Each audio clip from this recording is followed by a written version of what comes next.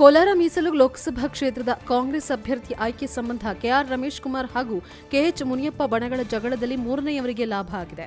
ಬೆಂಗಳೂರಿನ ಮಾಜಿ mayor KC Vijayakumar ಪುತ್ರ ಕೆವಿ ಗೌತಮ್ ಅವರಿಗೆ ಕಾಂಗ್ರೆಸ್ ಹೈಕಮಾಂಡ್ ಟಿಕೆಟ್ ಘೋಷಿಸಿದೆ. ಇವರ ಆಯ್ಕೆಗೆ ಈಗಾಗಲೇ ರಮೇಶ್ ಕುಮಾರ್ ಬಣದ ಒಪ್ಪಿಗೆ ಲಭಿಸಿರುವುದು ಗೊತ್ತಾಗಿದೆ. ಮುಖ್ಯಮಂತ್ರಿ ಹಾಗೂ ಉಪಮುಖ್ಯಮಂತ್ರಿ ಸಭೆ ನಡೆಸಿದಾಗ ಕೆಎಚ್ ಮುನಿಯಪ್ಪ ಕುಟುಂಬ ಹೊರತುಪಡಿಸಿ ಯಾರಿಗೆ ಟಿಕೆಟ್ ನೀಡಿದ್ದು ತಮ್ಮ ಒಪ್ಪಿಗೆ ಇರುತ್ತದೆ ಎಂಬುದಾಗಿ ಕ್ಷೇತ್ರದ ಶಾಸಕರು ಹೇಳಿದರು. ಆದರೆ ಕೆಎಚ್ ಮುನಿಯಪ್ಪ ಅವರ ನಡೆ ಏನಾಗಿರಲಿದೆ ಎಂಬುದು ಕುತೂಹಲ ಮೂಡಿಸಿದೆ. ಅವರು ತಮ್ಮ ಅಳಿಯ ಕೆಜಿ ಚಿಕ್ಕಪೆದ್ದಣ್ಣ ಅವರಿಗೆ ಟಿಕೆಟ್ ನೀಡಬೇಕು ಅಂತ ಪಟ್ಟು ಹಿಡಿದಿದ್ರು. ಕಾಂಗ್ರೆಸ್ ಹಾಗೂ ಇಂಡಿಯಾ ಮೈತ್ರಿಕೂಟದ ಪಕ್ಷಗಳನ್ನು ಗುರಿಯಾಗಿಸಿಕೊಂಡು ಕೇಂದ್ರದ ನರೇಂದ್ರ ಮೋದಿ ಸರ್ಕಾರವು ನಮ್ಮ ಪಕ್ಷಗಳ ಖಾತೆಗಳನ್ನು ಜಪ್ತಿ ಮಾಡುವ ಮೂಲಕ ತೆರಿಗೆ ಭಯೋತ್ಪಾದನೆ ಮಾಡುತ್ತಿದೆ ಎಂದು ಗ್ರಾಮೀಣಾಭಿವೃದ್ಧಿ ಮತ್ತು ಪಂಚಾಯತ್ ರಾಜ್ ಸಚಿವ ಪ್ರಿಯಾಂಕ್ ಖರ್ಗೆ ಟೀಕಿಸಿದರು. ಐಟಿ ಇಲಾಖೆ 14 ಲಕ್ಷ ದೇಣಿಗೆಯ ಅಸೆಸ್ಮೆಂಟ್ ಸಿಗುತ್ತಿಲ್ಲ ಎಂದು 1823 ಕೋಟಿ ತೆರಿಗೆ ಡಿಮ್ಯಾಂಡ್ ನೋಟಿಸ್ ಕೊಟ್ಟಿದ್ದಾರೆ. ಆದರೆ ಇದೇ ಅವಧಿಯಲ್ಲಿ ಬಿಜೆಪಿ ಖಾತೆಗೆ ಹೆಸರು ವಿಳಾಸ ಇಲ್ಲದವರಿಂದ ದೇಣಿಗೆ ಬಂದಿದೆ. ಆದರೆ ಆ ಪಕ್ಷಕ್ಕೆ ಯಾವುದೇ ನೋಟಿಸ್ ಕೊಟ್ಟಿಲ್ಲ ಎಂದು ಶನಿವಾರ ಜಿಲ್ಲಾ ಕಾಂಗ್ರೆಸ್ ಕಚೇರಿಯಲ್ಲಿ ನಡೆದ ಪತ್ರಿಕಾಗೋಷ್ಠಿಯಲ್ಲಿ ಆರೋಪಿಸಿದರು.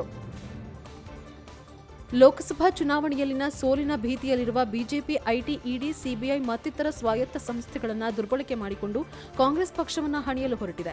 ಈ ಹುನ್ನಾರದ ಭಾಗವಾಗಿಯೇ ತೆರಿಗೆ ಭಯೋತ್ಪಾದನೆಯಲ್ಲಿ ತೊಡಗಿದೆ. ಪಕ್ಷವನ್ನು ಈ ರೀತಿ ದುರ್ಬಲಗೊಳಿಸಿ ಗೆಲುವು ಸಾಧಿಸಬಹುದೆಂದು ಬಿಜೆಪಿ ತಿಳಿದುಕೊಂಡಿದ್ದರೆ ಅದು ಭ್ರಮೆ ಎಂದು ಮುಖ್ಯಮಂತ್ರಿ ಸಿದ್ದರಾಮಯ್ಯ ಹೇಳಿದ್ದಾರೆ. ನಮ್ಮ ಪಕ್ಷಕ್ಕೆ ಅನ್ವಯಿಸಿದ ಮಾನದಂಡವನ್ನೇ ಅನ್ವಯಿಸಿದರೆ ಬಿಜೆಪಿ ಕಳೆದ 7 ವರ್ಷಗಳಲ್ಲಿ ನಡೆಸಿರುವ ತೆರಿಗೆ ಉಲ್ಲಂಘನೆಗೆ 4263 ಕೋಟಿ ಪಾವತಿಸಬೇಕಾಗಿದೆ ಎಂದಿದ್ದಾರೆ.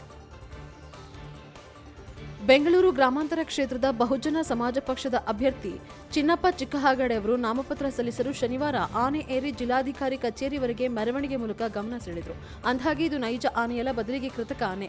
ಎಸ್ಪಿ ಕಚೇರಿ ವೃತ್ತದಿಂದ ಶುರುವಾದ ಮೆರವಣಿಗೆಯಲ್ಲಿ ಚಿನ್ನಪ್ಪ ಅವರು ಆನೆ ಏರಿ ಮುಂದೆ ಸಾಗಿದ್ರೆ ಪಕ್ಷದ ರಾಜ್ಯ ನಾಯಕರು ತೆರೆದ ವಾಹನದಲ್ಲಿ ಹಿಂಬಾಲಿಸಿದರು. ಬಿರು ಬಿಸಿಲು ಲೆಕ್ಕಿಸದೆ ಪಕ್ಷದ ಕಾರ್ಯಕರ್ತರು ಚಿನ್ನಪ್ಪ ಭಾವಚಿತ್ರ ಹಾಗೂ ಪಕ್ಷದ ಬಾವುಟ ಹಿಡಿದು ಸಾಗಿದ್ರು. 2019 ಲೋಕಸಭಾ ಚುನಾವಣೆಯಲ್ಲಿ ತುಮಕೂರಿಗೆ ಎಚ್.ಡಿ. ದೇವೇಗೌಡರನ್ನ ಕರೆದುಕೊಂಡು ಹೋಗಿ ನಾವು ಅವರನ್ನ ಸೋಲಿಸಲಿಲ್ಲ, ದೇವೇಗೌಡ ಪರವಾಗಿ ಜೆಡಿಎಸ್ ಪಕ್ಷದವರೇ ಕೆಲಸ ಮಾಡಲಿಲ್ಲ ಅಂತ ಗೃಹ ಸಚಿವ ಜಿ. ಪರಮೇಶ್ವರ್ ಹೇಳಿದರು.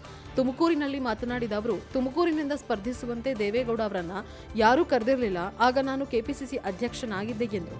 ದೇವೇಗೌಡ ಅವರು ತುಮಕೂರಿನಿಂದ ಸ್ಪರ್ಧಿಸುತ್ತಾರೆ ಎಂಬ ಸುದ್ದಿ ಮಾಧ್ಯಮಗಳಲ್ಲಿ ಬರ್ತಿದೆ, ನೀವು ಸ್ಪರ್ಧಿಸ್ತೀರಾ ಎಂದು ನಾನು ದೇವೇಗೌಡ ಅವರನ್ನ ಕೇಳಿದ್ದೆ. ಅದಕ್ಕೆ ಅವರು, ನಾನು ಇನ್ನೂ ತೀರ್ಮಾನ ಮಾಡಿಲ್ಲಪ್ಪ, ಬೆಂಗಳೂರು ಉತ್ತರ ಕ್ಷೇತ್ರದಿಂದ ನಿಲ್ಲಲು ತೀರ್ಮಾನ ಮಾಡಿಕೊಂಡಿದ್ದೇನೆ ಎಂದಿದ್ರು. ಬಳಿಕ ನಮ್ಮ ಹೈಕಮಾಂಡ್ ಜೊತೆ ಏನು ಮಾತನಾಡಿಕೊಂಡ್ರು ಎಂಬ ವಿಷಯ ನನಗೆ ಗೊತ್ತಿಲ್ಲ ಅಂತ ಸ್ಪಷ್ಟಪಡಿಸಿದ್ರು.